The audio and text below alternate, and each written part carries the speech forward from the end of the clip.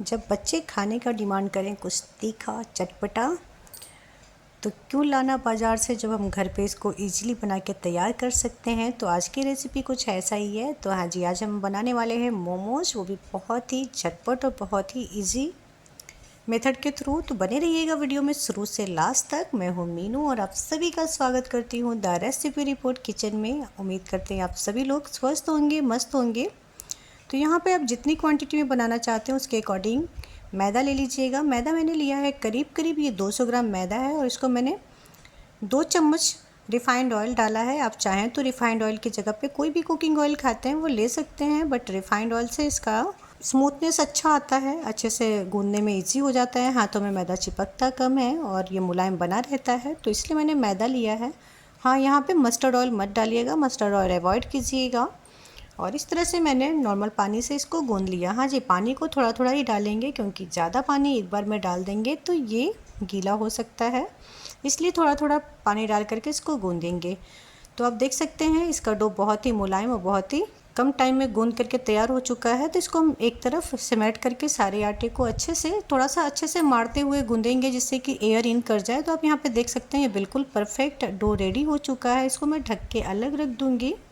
आप यहाँ पे देख सकते हैं ये कितना सॉफ्ट है। तो इसको आप चाहें तो नॉर्मल गीले कपड़े से भिगो करके ढक करके रख सकते हैं, अदरवाइज़ आप इसके ऊपर कवर भी डाल सकते हैं जिससे एयर कम इन करे, नहीं तो ऊपर का लेयर सख्त हो जाएगा।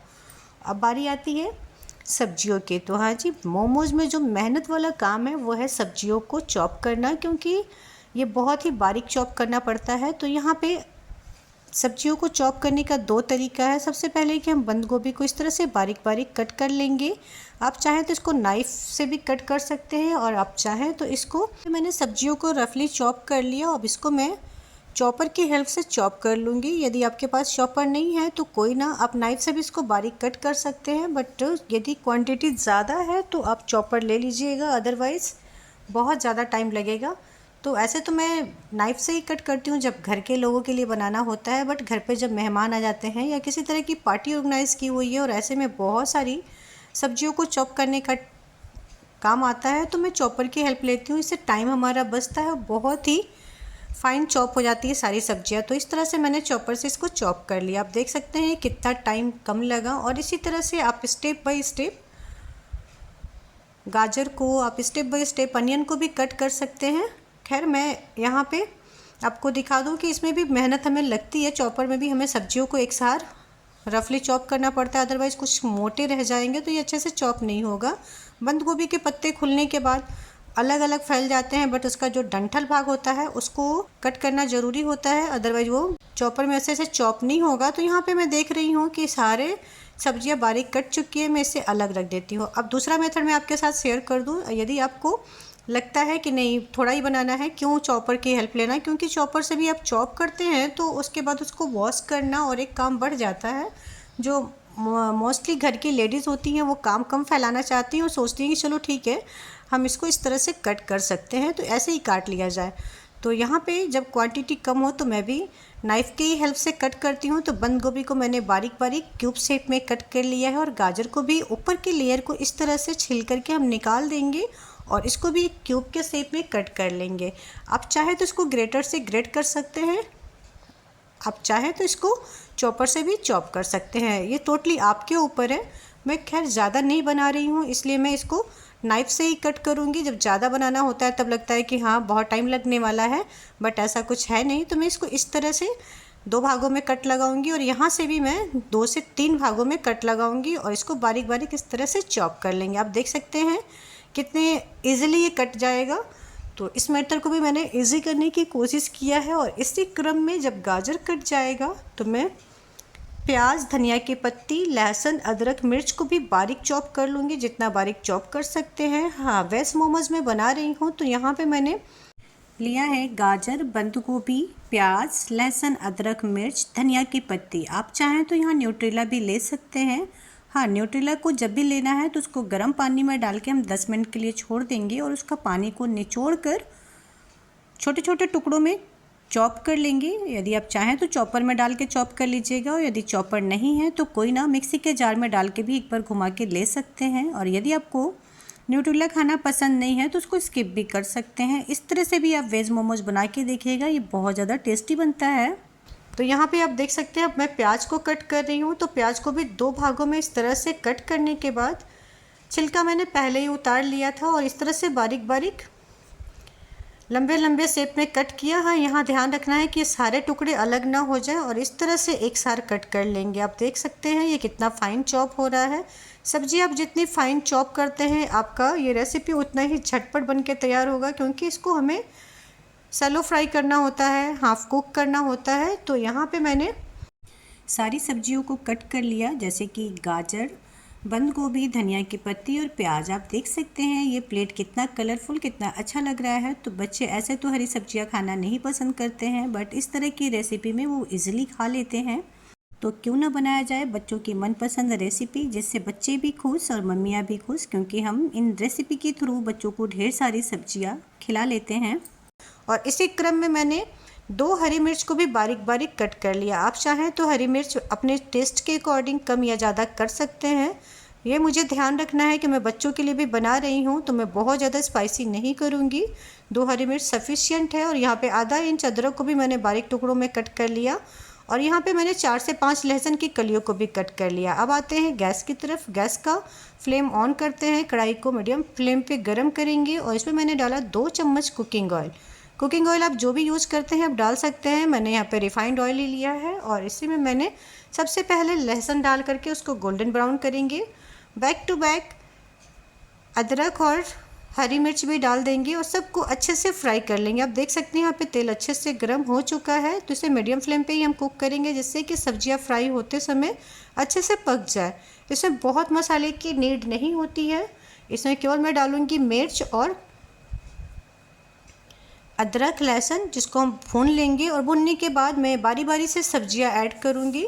तो यहाँ पे गोल्डन ब्राउन जैसे ये हो जाएगा मैं डालूंगी अनियन। अनियन जैसे गोल्डन ब्राउन होता है या हाफ कुक हो जाता है, फिर कैबेज, कैबेज के बाद गाजर और सबको अच्छे से कुक कर लेंगे। यदि आपके पास काली मिर्च पाउडर है तो आप ले सकते हैं, और यदि काली मिर्च पाउडर नहीं है तो कोई बात नहीं, आप आधे चम्मच काली मिर्च ले करके उसको कूट लीजिएगा। कूटने से वो और ज़्यादा अच्छा लगता है, क्योंकि दांतों के बीच में जब उसके टुकड़े आते हैं तो ये बहुत ही टेस्टी लगता है। तो मैंने काली मिर्च को कूट के ही डाला है। हाँ, इसकी क्वांटिटी आधा चम्मच है, तो इसमें हम बहुत मसाले ऐड नहीं कर रहे हैं। आप यहाँ पे देख सकते हैं, ये देखिए प्याज का कितना प्यारा कलर आया है। इसी क्रम में मैं डाल रही हूँ बंद गोभी जो मैंने कट करके रखा है, और इसको भी 1 मिनट तक इस तरह से भून लेंगे अच्छे से। साथ में मैंने सारी सब्जियों को बारी बारी से डालेंगे, जैसे कि प्याज जैसे गोल्डन ब्राउन हो जाता है। मैंने डाला है बंद गोभी जो छोटे टुकड़े करके रखा है। इसी के साथ मैं डालूँगी गाजर। गाजर जैसे कुक हो जाता है मैं ऐड कर रही हूँ इसमें नमक, और नमक के साथ ब्लैक पेपर पाउडर, और 1 मिनट के लिए अच्छे से भून लेंगे। इसके टुकड़े बहुत हमने फाइन कर रखा है, तो ये पकने में बहुत ज़्यादा टाइम नहीं लगता है। 2 से 3 मिनट में सारी सब्जियाँ अच्छे से कुक हो जाती हैं। तो यहाँ पे आप देख सकते हैं इसका कितना प्यारा कलर आया है। इसी स्टेप पे मैंने कूटा हुआ काली मिर्च और नमक डाल करके कुछ सेकंड के लिए इसको चला लेंगे, और साथ ही साथ मैं इसमें ऐड करूँगी बारीक कटा हुआ धनिया। धनिया डालने के बाद भी एक अच्छा सा फ्लेवर आ जाता है, एक अच्छी सी खुशबू फैलती है। यकीन मानिए ये बहुत ही ज़्यादा टेस्टी बन के मोमोज़ तैयार हुआ था। तो इस स्टेप से आप भी एक बार ज़रूर ट्राई कीजिएगा। हाँ, यहाँ हम गैस के फ्लेम को मीडियम टू लो ही रखेंगे, और आप देख सकते हैं नमक डालने के बाद में सब्जियों में मॉइस्चर आना स्टार्ट हो चुका है। नमक डालने से कुकिंग प्रोसेस बहुत तेज़ हो जाता है, और आप यहाँ पे देख सकते हैं सब्जी का कलर टोटली चेंज हो चुका है। सब्जी कुक हो चुकी है, तो हम इसे ओवर कुक नहीं करेंगे। धनिया की पत्ती डालेंगे और कुछ सेकंड के बाद गैस के फ्लेम को बंद कर देंगे। धनिया की पत्ती कुक होने में टाइम नहीं लेता है, और ये बहुत ही जल्दी अपना फ्लेवर छोड़ देता है। तो आप देख सकते हैं सब्जियों में इसकी अच्छी सी खुशबू आना स्टार्ट हो चुकी है, अच्छा सा फ्लेवर आ रहा है, आप देख सकते हैं।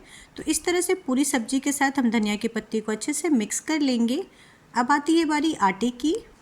आटे को मैं इस तरह से एक बार मसलते हुए मिला लूँगी, और जब तक सब्जियां ठंडी हो रही है तब तक से मैं इसकी लोई बना लूँगी। तो आप चाहें तो एक एक लोई एक बार में बना सकते हैं, अदरवाइज़ आप इस तरह से इसको लंबा शेप दे करके नाइफ़ की हेल्प से कट कर सकते हैं। और कट करने के बाद एक सारे टुकड़ों को रखेंगे, इससे आपका प्रोसेस बहुत इजी हो जाता है, आपका टाइम बचता है। और इसी स्टेप से आप सारी मोमोज को झटपट बना के तैयार कर सकते हैं। तो मैंने इसको इस तरह से लंबा शेप दे दिया और उसके बाद मैंने नाइफ़ के हेल्प से एक सार कट कर लिया है। तो आप कमेंट में ज़रूर बताइएगा कि आपको कौन सा स्टेप अच्छा लगता है, यदि आपको लोई बनाना एक एक पर्टिकुलर अच्छा लगता है या नाइफ़ से इस तरह से कट करके बनाना इजी लगता है। जो भी आपको स्टेप इजी लगता है कमेंट में ज़रूर मेंशन कीजिएगा। आपको हमारी रेसिपी कैसी लगती है ये भी कमेंट में बताइएगा। वीडियो में कुछ भी अच्छा लगता है तो लाइक शेयर करना ना भूलिएगा। चैनल पे नए हैं तो सब्सक्राइब कीजिए, बेल आइकन ऑन कीजिए जिससे आने वाली वीडियो का नोटिफिकेशन मिल सके। और आप यहाँ पे देख सकते हैं जो मैं शेप में कट कर रही हूँ, इसका टुकड़ा हमें ऐसे रखना है जैसे पूरी से छोटा शेप हो इसका। तो यहाँ पे मैंने चारों लोई बराबर से रख लिया है। बाकी लोइयों को मैंने अलग बर्तन में रख करके उसको फिर से कपड़े से कवर कर दिया, क्योंकि हमें ये ध्यान रखना है कि इसमें एयर कम जाए और ये जल्दी ड्राई ना हो, अदरवाइज़ इसके ऊपरी लेयर पे पापड़ी जम जाएगी और आपका सारा मोमोज का शेप ख़राब हो सकता है। इसलिए इसको ध्यान में रखना है। और यहाँ पे मैंने एक एक पूड़ियों को इस तरह से बेल लिया। आप चाहें तो सारी पूड़ियों को भी एक साथ बेल सकते हैं। हाँ, यहाँ पे आप ध्यान दे रहे होंगे कि मैंने कोई भी सूखा आटा का इस्तेमाल नहीं किया है।